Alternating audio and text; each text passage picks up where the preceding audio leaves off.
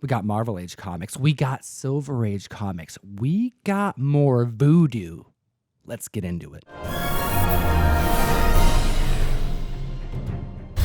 How was Free Comic Book Day, Russ? It was ridiculous. There were so many people. There were an amazing amount of people. Thank you so much to everyone who did come out to our Free Comic Book Day. We were at the new location. We had 120 customers through the door the first 10 minutes of store. We had over 1,000 customers throughout the course of the day. We gave away over 2,000 free comics. We sold 20 long boxes worth of 50-cent comics. And if you are ever in the area, we always have our 50-cent bins out if you want to stuff a short or stuff a long. Stuff a short, stuff a long. I like this verbiage. You know what else I like? CBSI, comicbookinvest.com. They put out such great content every single week. They put out a Hot 10 comics list every single Friday. We get the list a little early so we can cover it right here, right now. So hit that subscribe button. And then let's jump into this list here. Feet first, like it's a pool in the back of my home. I wish you had a pool. It's like 90 in this garage. It's so hot, but I want to wear my jacket. We got Dark Horse goodness to get into at number 10. Coming in at number 10, we have Ladykiller number 1. This is really interesting because we have optioned news. Right. Dark Horse Entertainment signing a deal with Netflix. The IP for television and potential movies are going to be going to Netflix first, going forward after the recent success, massive success of Umbrella Academy. This book has seen some spikes. And what is it hitting right now? As of right now, we're looking at between $40 and $55 as of today. But even as of the last week, we were seeing it in the $20 to $25 range, which is way higher than it's been for a very, very long time. Now, there is a Ladykiller Volume 1 and a Ladykiller Volume 2 that's just literally called Ladykiller 2, issues 1, 2, 3, 4, right? And you can get them in trade paperback if you want to read them. But yes, Ladykiller Volume 1, which came out a little 3-4 years ago, it's just spiking, you know? This is going to be good. Yeah, it's a good story, and there's a lot of people who are speculating that this may be the one to be like next up, but we do have a lot of really good Dark Horse titles. Unfortunately, the Hellboy movie didn't do very well. I don't know, maybe we can hope that Netflix will do some creative Mignola-verse stuff in the future. They made an animated pilot of The Amazing Screw-On Head. If you've ever had the opportunity to see that, it is fantastic. There's only one episode, though, and apparently Mignola never wanted to do more than just that, but we really could do more in the Mignola-verse with animators that could do very similar stuff to him. Very, very true. Let's take a look at the list here at number 9, because we have Marvel Age making the list. Marvel Age number 97, first appearance of Darkhawk. Wait, what is going on here? Because this is kind of a running joke, right, in the industry, like an inside joke. So if you don't know the joke about Darkhawk, can you inform the community? Oh my God, Darkhawk is... There's a couple of Facebook groups I know, and one of them has an inside joke, and the whole joke is pretty much, this is my retirement fund. How many copies of Darkhawk? And people will just go out and find copies of Darkhawk number 1, take a big photo, and I it's have like 50 copies. Totally. I have 100 copies. It's my kid's retirement fund. And is it AKA Mr. I'm pretty sure AKA Mr. Bolo has a Darkhawk collection because he's like a big fan. I'm sure it's actually a really super cool character. But a raw near mint one of these Marvel Ages just went for $75. That's right. Darkhawk. Okay, Marvel Age. Is it a comic? Is it not a comic? This is a subject that comes up a lot on our True First videos, but it's these types of sales that start this conversation, that gets people talking about it because they are wanted in the community and they're being recognized as true first appearances of major characters. It's very, very interesting. The CGC 9.8 of this book went for $350 this last week. What is happening? Which is astronomical. Again, it's not really a comic book.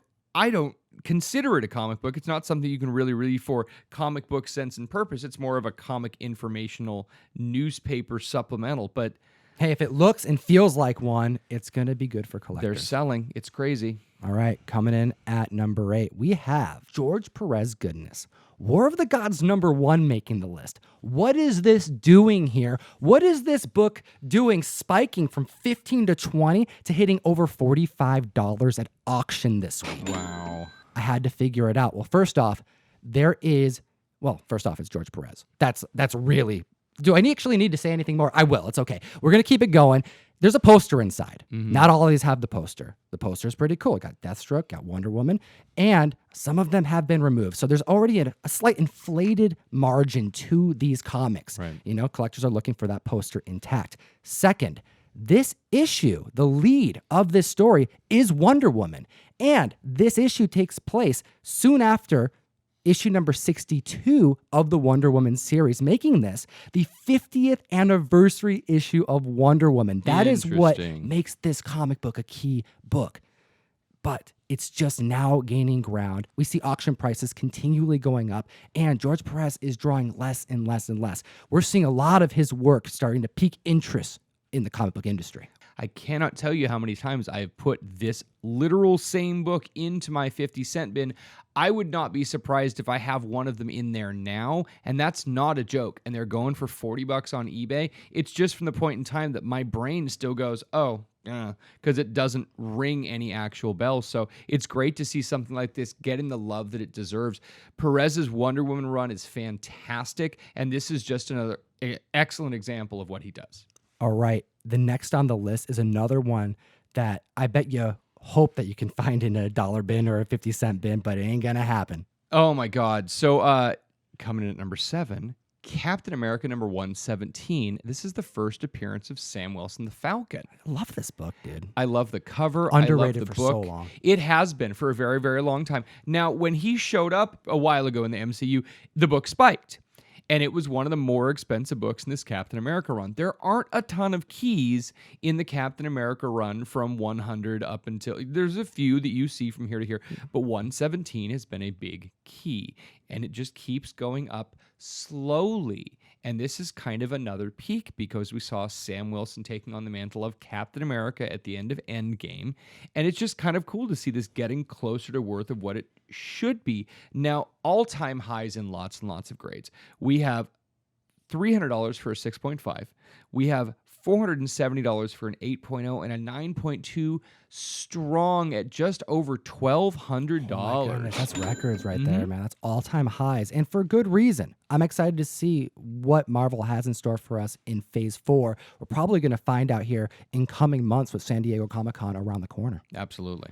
Then we have at the list here at number 6, Bloodstone number 1.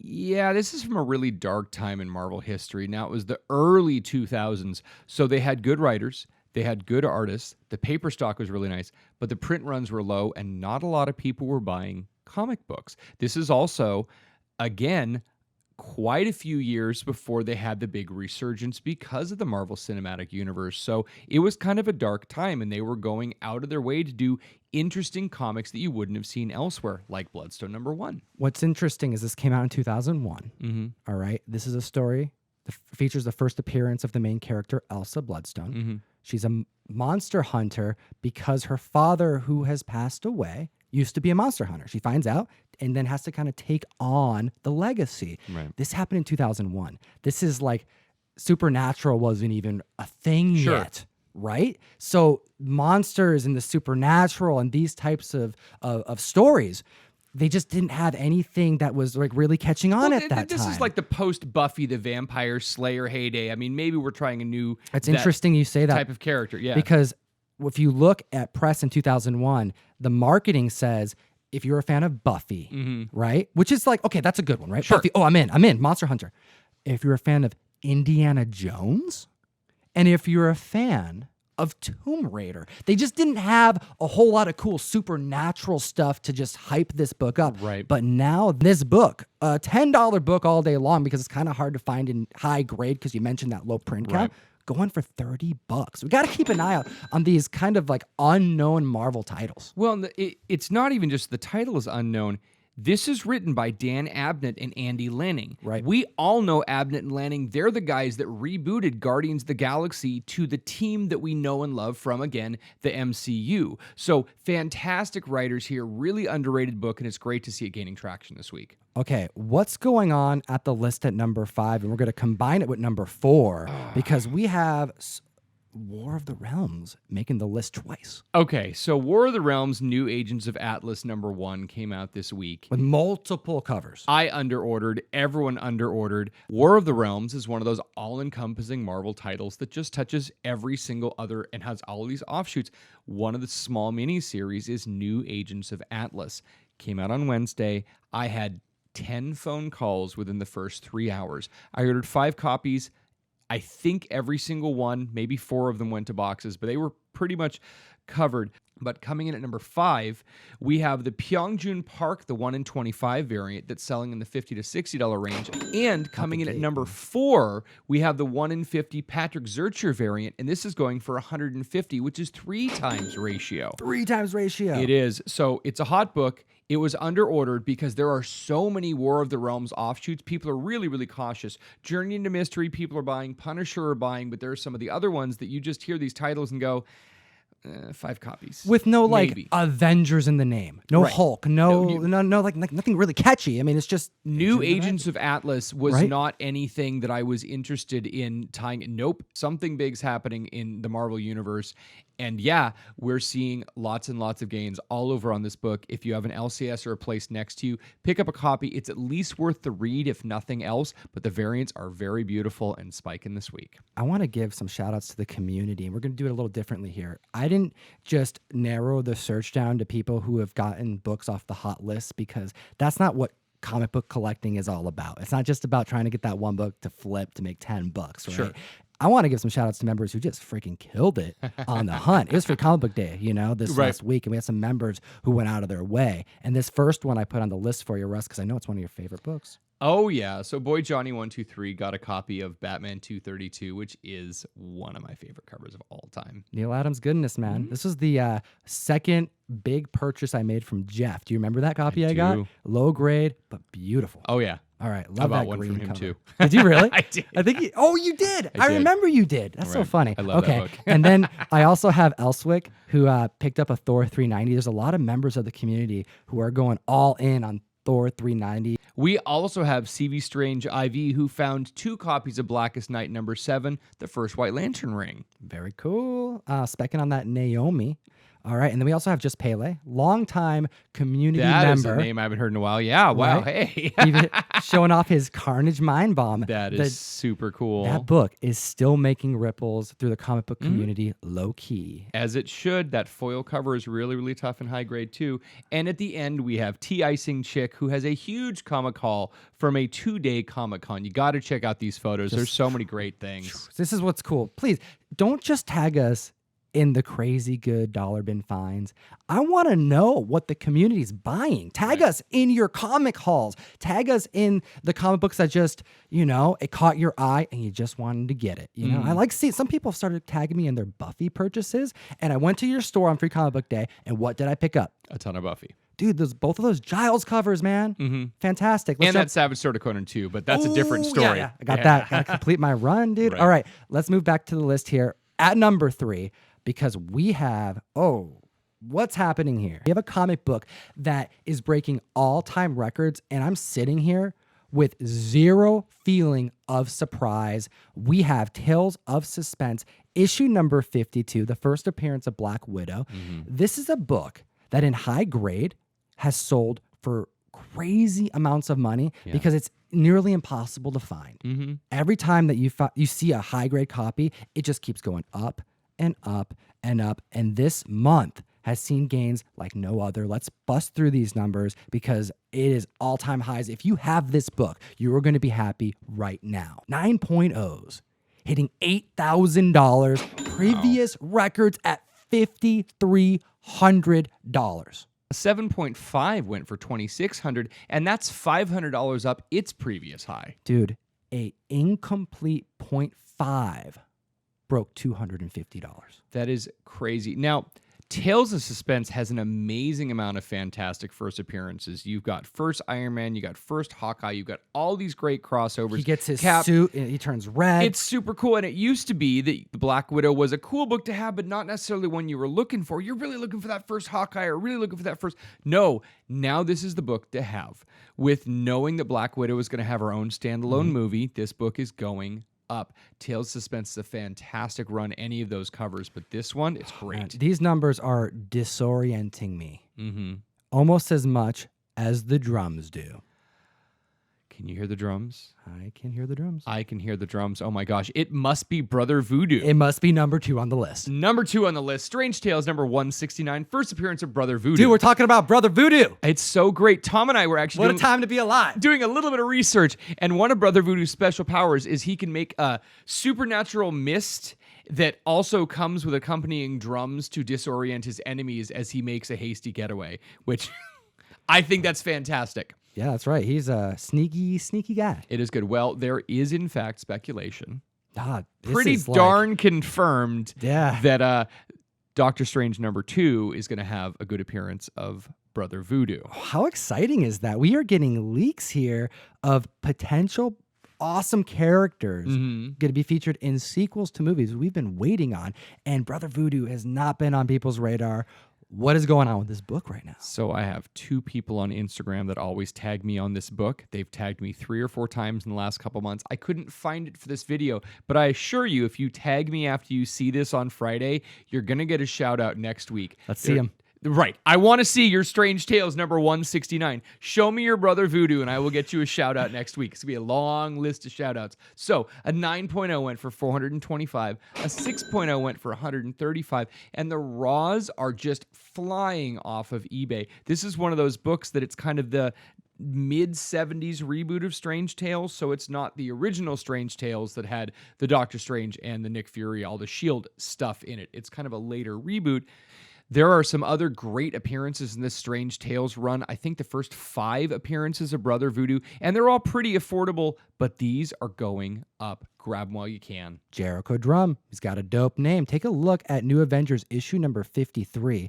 This is the issue where he takes over from Doctor Strange and he becomes Dr. Voodoo. So the really interesting thing is the original name of the concept character was Dr. Voodoo when Roy Thomas brought the idea to Stan Lee, and Stan Lee decided to change it to Brother Voodoo. Ooh, good call from Stan the man. I like that. Okay, coming at the list at number 1.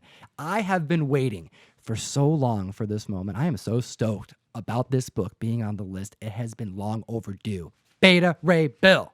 I have been waiting for such a long time. Thor 337 making the list here. First appearance of Beta Ray Bill in the Marvel Universe. Long overdue. I've been waiting since Thor Ragnarok, man. Since we saw his statue on the building. Right. I've been waiting since Stormbreaker. Heck, I've been waiting since like some of the early, like really, do you remember those early collections I bought when I was living up in Woodinville in that apartment? And we went through that collection and you're like, hey, all of these Thor comics, and you pull out all these like minor Beta Ray Bill appearances. You're like, dude, this is an awesome character. These aren't worth much. I was like, there's that feeling of, oh, is he pulling out really big comics? I'm excited. You're like, no, they're not worth much, but you need to know them. And that's totally it. Right? And this is the way I have felt about Beta Ray Bill for so long, because the Walt Simonson, those covers are just iconic. The introduction of the character. I mean, Beta Ray Bill lifted Mjolnir. He was wielding Thor's hammer. This is a fantastic run. If you haven't read it, go check it out. But it's awesome that Guardians of the Galaxy 3, subtitle as Guardians of the Galaxy, because Thor is probably hanging out on the ship. Let's bring in Beta Ray Bill. Let's go find Gamora. I mean, we're already looking at the potential plot here, and I'm super excited, and we know nothing about what's going on. This book at 9.8 was hitting $300 forever. Okay? Forever. All right. You could have bought this book for $300. I know. I wouldn't have bought it for $300. Breaking $500. $500. It's awesome. I'm excited. I'm excited to see this character. And, you know, at the end of the day, there's going to be a lot of people happy in the community because this has been a book that people have been buying for a long time. Heck, even the title Thor is breaking. It's crumbling on this cover. That was a big deal. Marvel doesn't like it when you screw with their marketing like that, but this was a major moment. Right. This is a major book and has been for a long time. Its key-worthiness is starting to get some recognition, and I'm happy to be reporting on it, courtesy of CBSI, comicbookinvest.com, who put out this hot list every week for the community, for comic book enthusiasts, and for us to cover. Don't forget to like and subscribe. And we have a winner from our giveaway last week. We have Pete's Comics won this copy of Hulk 377, the first appearance of Professor Hulk. He did that by commenting down below. Let us know what you think about this list, what you think about these comics, which one's your favorite. We like to hear from the community. And if you do that, you'll be entered to win today's giveaway, a copy of the Savage She-Hulk issue #1. Wow. Great cover. Love this book. Love this community. We do appreciate your time today. And as always, Geek responsibly. enough said. Oh my goodness, we packed up so many mail calls this week and we have so many awesome comics going out. I want to thank the mystery mail call community. You directly help support our show by being involved and giving us an opportunity to send you comic books every month. If you like to support the show and if you like to get some comic books every single month, well, you can hit the link below and join the community.